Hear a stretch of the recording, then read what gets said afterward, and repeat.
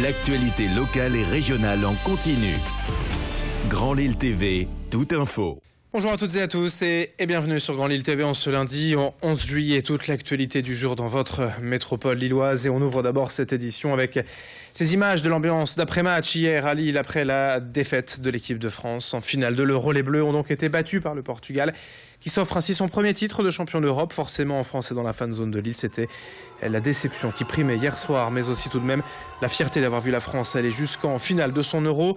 Les supporters ont tenté de cacher leur tristesse, mais vous l'avez vu dès hier soir en direct sur notre antenne, certains étaient tout de même vraiment déçus. On va revoir ensemble ces images. Alors pour le moment, effectivement, le Portugal a marqué un but, on est aux prolongations.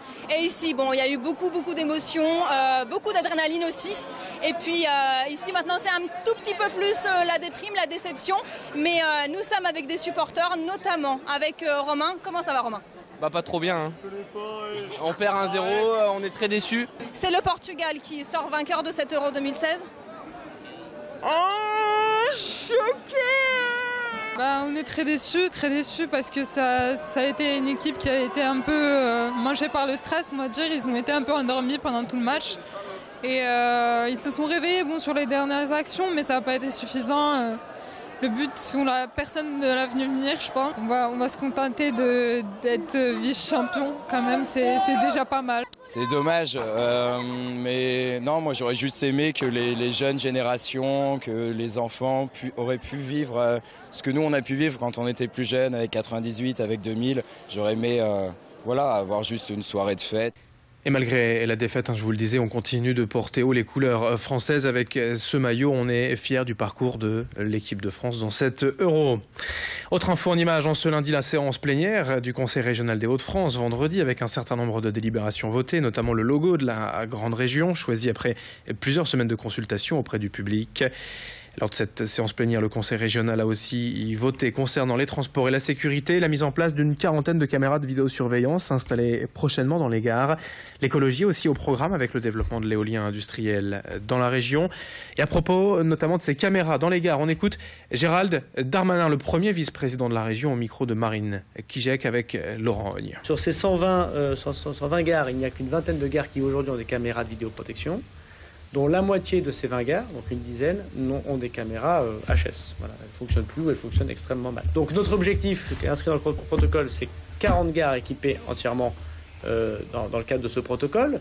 Ces 40 gares, ce n'est pas forcément que des très grandes gares, ça peut être aussi des gares plus réduites. C'est là où il y a manifestement un certain nombre de difficultés de sécurité. Donc c'est la réfection des caméras défaillantes. C'est aussi des caméras, pas simplement où on enregistre, mais où on regarde. Le grand angle de la rédaction, à présent, depuis 2002, déjà un salarié peut faire valoir son expérience professionnelle acquise au fur et à mesure de ses années de travail grâce à un diplôme, une certification de qualification. C'est le VAE, la validation des acquis et d'expérience.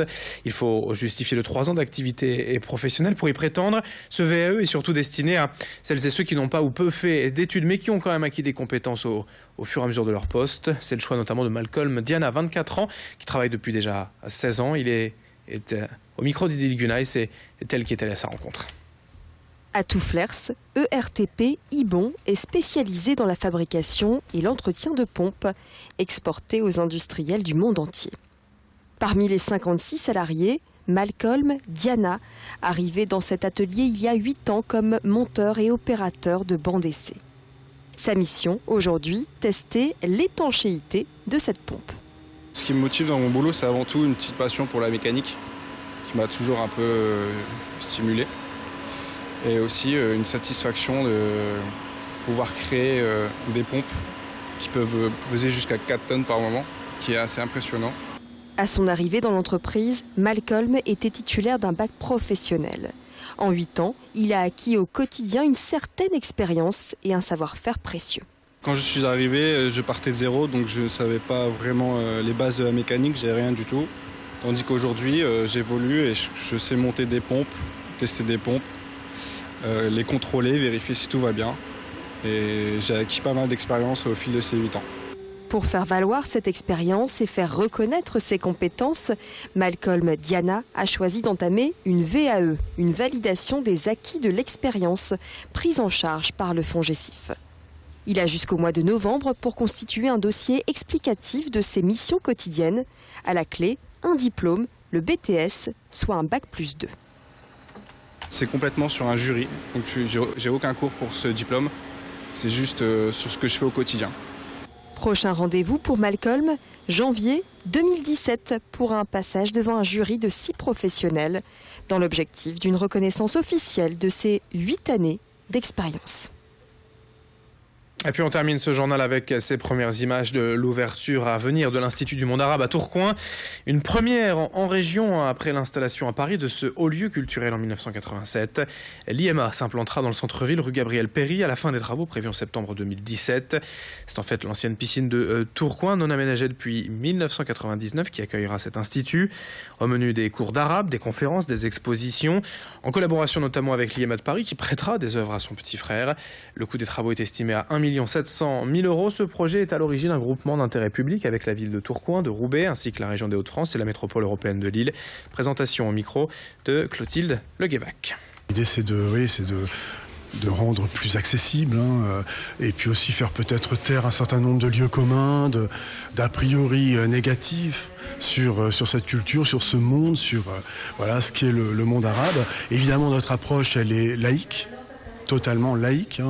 Notre préoccupation, c'est pas la religion musulmane, c'est le monde arabe. Il y a des chrétiens dans les pays du monde arabe. On va d'ailleurs avoir à Tourcoing, probablement en 2018, une grande exposition qui traitera des chrétiens d'Orient, par exemple. Voilà, donc c'est sous cet angle-là que nous abordons les questions du monde arabe, bien sûr. Et c'est la fin de ce journal. Merci à vous de l'avoir suivi. Merci les Bleus également pour ce parcours à l'Euro. On en reparle tout au long de la journée sur Grand Lille TV.